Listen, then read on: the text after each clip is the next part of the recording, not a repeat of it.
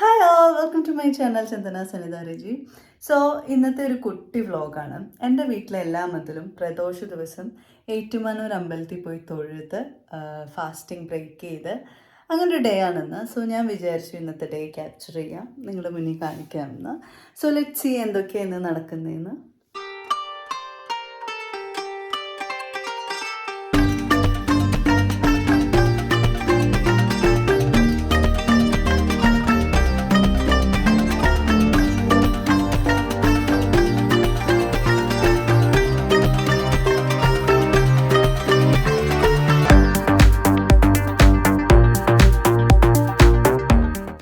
അങ്ങനെ ഏറ്റുമാനൂരിലേക്കുള്ള യാത്ര സ്റ്റാർട്ട് ചെയ്തു കേട്ടോ.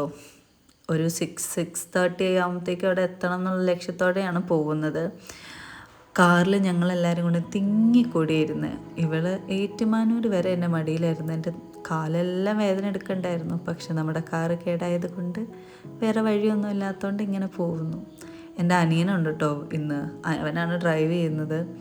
അമ്മയുണ്ട്, രമ്യ ചേച്ചി, കൊച്ചച്ഛൻ, അമ്പാടി, അങ്ങനെ എല്ലാവരും കൂടെ എല്ലാ മന്തിലും ഒരു ഓഫ് ഡേ പോലെയാണ്. നമ്മുടെ ഓഫ് ഡേ ആണ് ഈ ഏറ്റുമാനൂർ യാത്ര.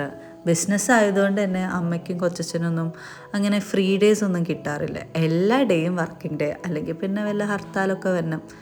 അങ്ങനെ എല്ലാ മന്തിലും അവരെടുക്കുന്ന ഓഫ് ഡേ ആണ് ഈ ഏറ്റുമാനൂർ യാത്ര. നമ്മളെല്ലാവരും ഫാസ്റ്റിംഗ് നോക്കാറുണ്ട് കേട്ടോ ഈ ദിവസം. രസമല്ലേ, എല്ലാ ദിവസവും ഫുഡ് കഴിക്കുമ്പം ഒരു ദിവസം ഫുഡ് കഴിക്കാതെ വന്നപ്പോൾ എന്താ പ്രശ്നമല്ലേ.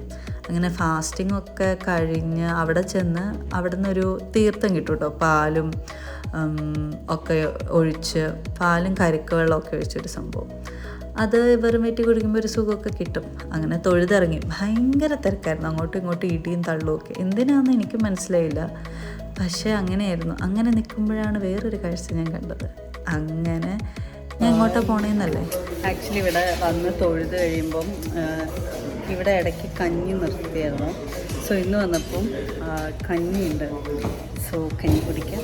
അയ്യോ, ഒന്നും കഴിക്കാതെ കഞ്ഞി കുടിക്കുമ്പോഴുള്ള സുഖമുണ്ടല്ലോ, അതൊന്ന് വേറെ തന്നെയാണ് കേട്ടോ. അത് നമ്മുടെ ചൈനീസ് ഫുഡോ വേറെ ഏത് കൈൻഡ് ഓഫ് ഫുഡ് കഴിച്ചാലും കഞ്ഞിയുടെ കംഫർട്ട് കിട്ടില്ല.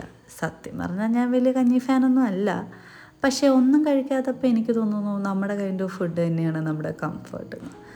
അങ്ങനെ അവിടെ കയറി കഞ്ഞിയെല്ലാം കുടിച്ചത് ചുറ്റമ്പലത്തേക്കൂടെ നടന്ന് പതിയെ അമ്പലത്തിൽ നിന്ന് ഇറങ്ങാനുള്ള പ്ലാൻസായിട്ട് ഞങ്ങളിങ്ങനെ നിൽക്കുകയാണ്. സോ അമ്പലത്തിൽ നിന്ന് ഇറങ്ങി വന്നപ്പോൾ രമ്യ ചേച്ചി അമ്പാടിയും കൂടെ അവിടെ ഭജന ഇരിക്കുന്നുണ്ട്. അപ്പോൾ സൈഡിൽ ഞങ്ങളൊരു മുളക് ബജ്ജി കടയൊക്കെ കണ്ടു.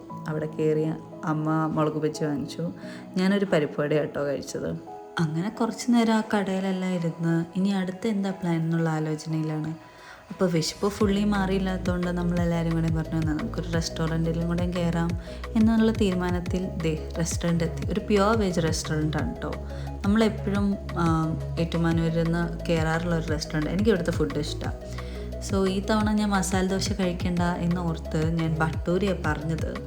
പക്ഷേ എനിക്ക് ഭട്ടൂര അത്ര ഇഷ്ടമായില്ല. പക്ഷേ ഇവരുടെ എല്ലാവരുടെയും ഫുഡ് നല്ലതായിരുന്നു. അമ്പാടി വാങ്ങിയത് മഷ്റൂം റൈസായിരുന്നു.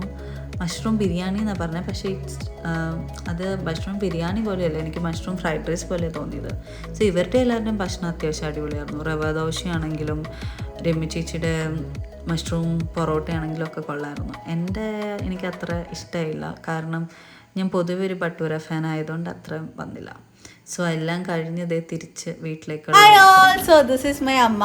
പറമ hi, പറമ hi. സോ ഞങ്ങൾ അമ്പലമൊക്കെ കഴിഞ്ഞ് വന്നു. സോ ഒരു നല്ല ദിവസമായിരുന്നു. ഫുഡ് കഴിച്ചു, തൊഴുതു, അങ്ങനെ മൊത്തത്തിൽ കൊള്ളായിരുന്നു. ഒരു ചെറിയ വ്ളോഗാണ്. നിങ്ങൾക്ക് എൻ്റെ വീഡിയോ ഇഷ്ടപ്പെട്ടെങ്കിൽ do like, share, subscribe to my channel. So അത്രയേ ഉള്ളൂ. സോ നിങ്ങളുടെ കമൻസ് എല്ലാം, നിങ്ങളുടെ സജഷൻസ് എല്ലാം കമൻറ്റ് ഡൗൺ ചെയ്യുക. അത്രയേ ഉള്ളൂ. Bye hi guys. അങ്ങനെ വളരെ നല്ല ദിവസമായിരുന്നു.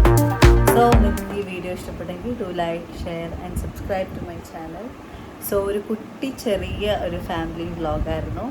സോ നിങ്ങൾക്ക് ഇഷ്ടമായെന്ന് വിശ്വസിക്കുന്നു. So by.